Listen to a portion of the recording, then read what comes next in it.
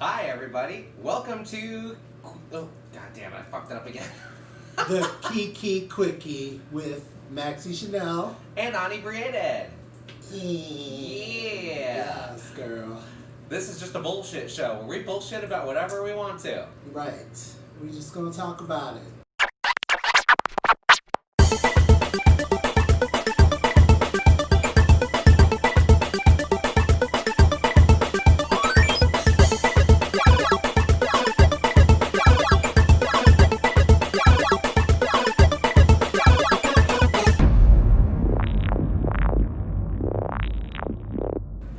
So, Yes. Yeah. How long have you been performing, Maxie? Girl, you had to start there, didn't you?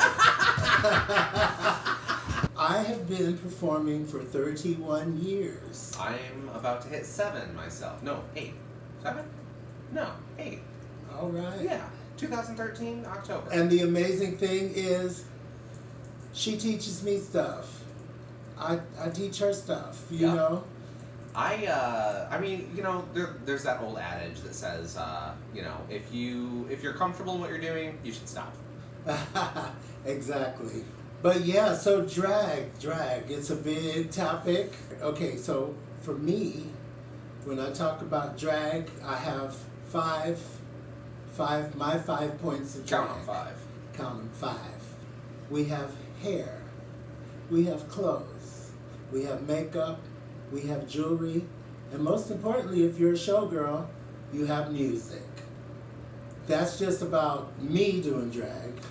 Yeah, it's a cultural phenomenon right now. It really is. Thank you, RuPaul. I'm very happy, considering how long you've been doing it, that you have the attitude that you do, because you do hear a lot of older girls say that RuPaul and RuPaul's Drag Race has fucked the world of drag completely.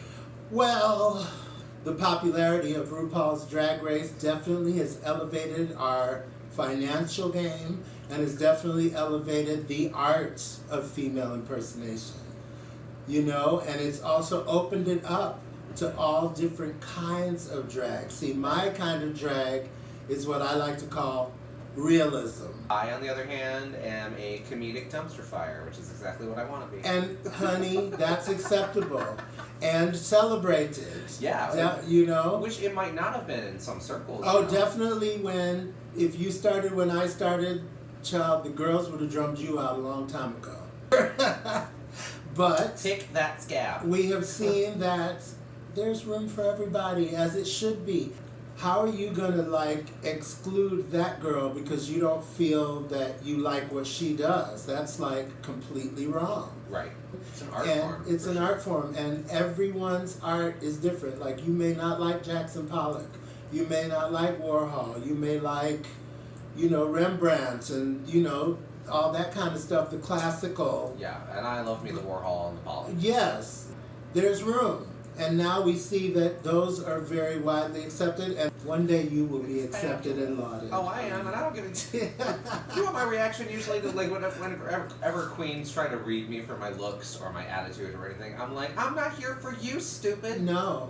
I mean, thankfully I have not had a lot of interactions, negative interactions with drag queens, and usually it's just behind my back, and I'm like, I don't care.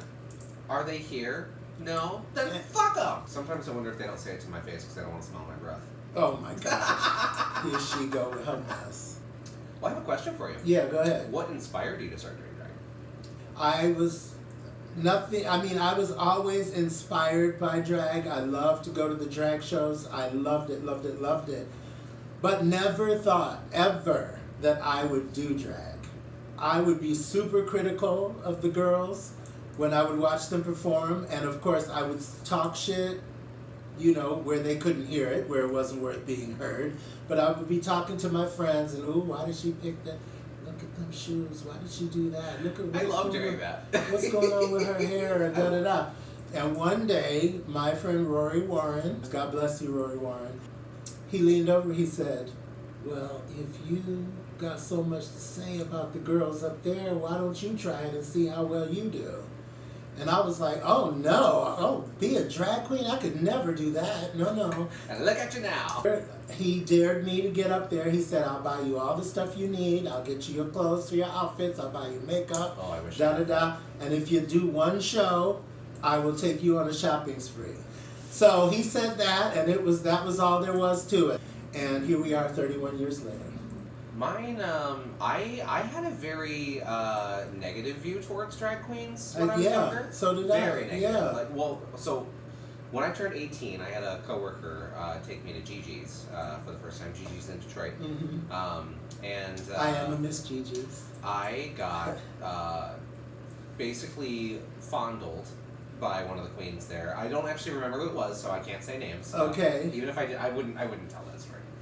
And from that day forward, I was like, I hate drag queens. And then my roommate actually was a big fan of RuPaul's Drag Race in the earlier seasons, and we would just hang out, and she would throw episodes on, and I started realizing, like, oh, maybe my experience was just a bad one, and maybe I should reevaluate this. And then I did, and I decided that I actually greatly enjoyed the art of drag. And I feel like most of the girls come from some kind of performance background, or they grew up around performers, or the ones that don't are so tragic. It's true. It's so true. I mean, don't get me wrong. Nothing in the world makes me happier than a dumpster drag queen on stage. I have always said, if you can make me either laugh or feel something like to an extreme level, I don't care how good you look or how bad you look. If you can just entertain the shit out of me, you could literally walk on stage with just eyelashes and no makeup otherwise. If you are good at what you do at entertaining, you could look like that and still succeed. I have a random hairpin just dancing around in there. Dancing I was like, what is that I'm feeling? Just a random hairpin left there from the last time I wore this wig. So yeah, basically, like when I started doing drag,